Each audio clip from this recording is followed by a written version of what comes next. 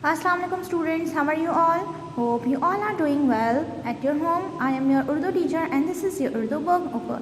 Okay, now open the page number. Okay students, तफ़हीम है हमारे पास मेहरगढ़.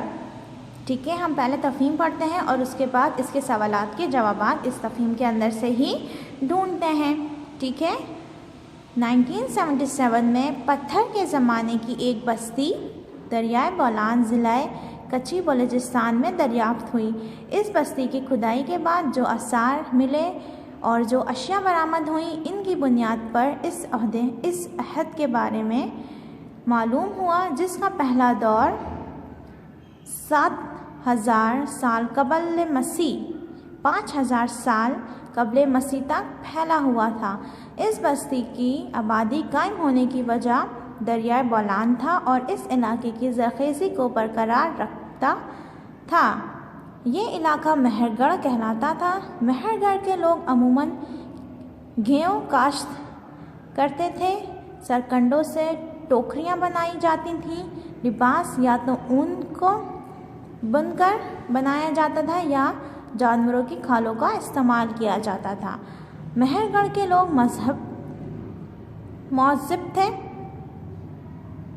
इनके घर की बनावट चौकोर होती थी.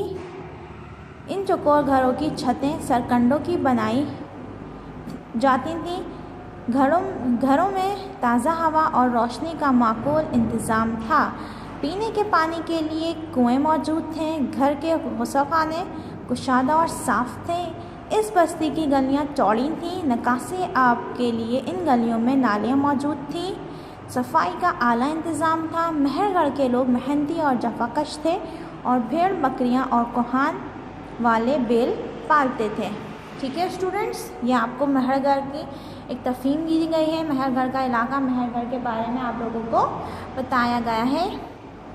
ठीक है, कि मेहरगढ़ पत्थरों के ज़माने की एक बस्ती है. ठीक है, जिसके कायम होने की वजह दरियाए बोलान है. मेहरगढ़ के लोग अमूमन गेहूँ काश्त करते थे. ठीक है, सरकंडों से और टोकरियाँ भी बनाते थे. ठीक है, वहाँ के लोग कैसे लिबास पहनते थे? या तो ऊन को बुनकर पहनते थे या फिर जानवरों की खालों का इस्तेमाल किया जाता था.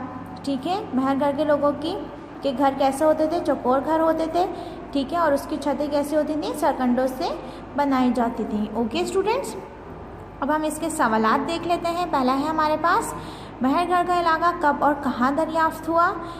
ठीक है, जवाब में आप लिखेंगे 1977 में पत्थर के ज़माने की एक बस्ती दरियाए बोलान ज़िला कच्ची बलूचिस्तान में दरियाफ्त हुई. ठीक है, मेहरगढ़ के कायम होने की वजह क्या थी? जवाब में आप लिखेंगे इस बस्ती की आबादी कायम होने की वजह दरियाए बोलान था जो इस इलाके की ज़रख़ेज़ी को बरकरार रखता था. ठीक है, थर्ड है आपके पास, मेहरगढ़ के घर कैसे थे? तो आप जवाब में लिखेंगे इनकी घर की बनावट चौकोर होती थी. इनके चौकोर घरों की छतें सरकंडों से बनाई जाती थी. नेक्स्ट सवाल है आपके पास, मेहरगढ़ के लोग कौन से जानवर पालते थे? जवाब में आप लिखेंगे मेहरगढ़ के लोग भेड़ और बकरियां और कोहान वाले बैल पालते थे. ठीक है, 5 सवाल है आपके पास, मेहरगढ़ में अमूमन क्या चीज़ काश्त की जाती थी? जवाब में आप लिखेंगे मेहरगढ़ के लोग अमूमन गेहूँ काश्त करते थे. ठीक है, 6 में आप लिखेंगे मेहरगढ़ के लोगों के बारे में आप क्या जानते हैं? जवाब में आप लिखेंगे मेहरगढ़ के लोग महज़ब थे. इनके घर की बनावट चौकोर होती थी. घरों में ताज़ा हवा और रोशनी का माकूल इंतज़ाम था. मेहरगढ़ के लोग मेहनती और जफाकश थे. ठीक है स्टूडेंट्स, आपने इसका बे नहीं करना है. आज के लिए इतना ही. अगली वीडियो में अगले टॉपिक के साथ मिलते हैं. तब तक के लिए अल्लाह हाफ़िज़. अपना ख्याल रखिए.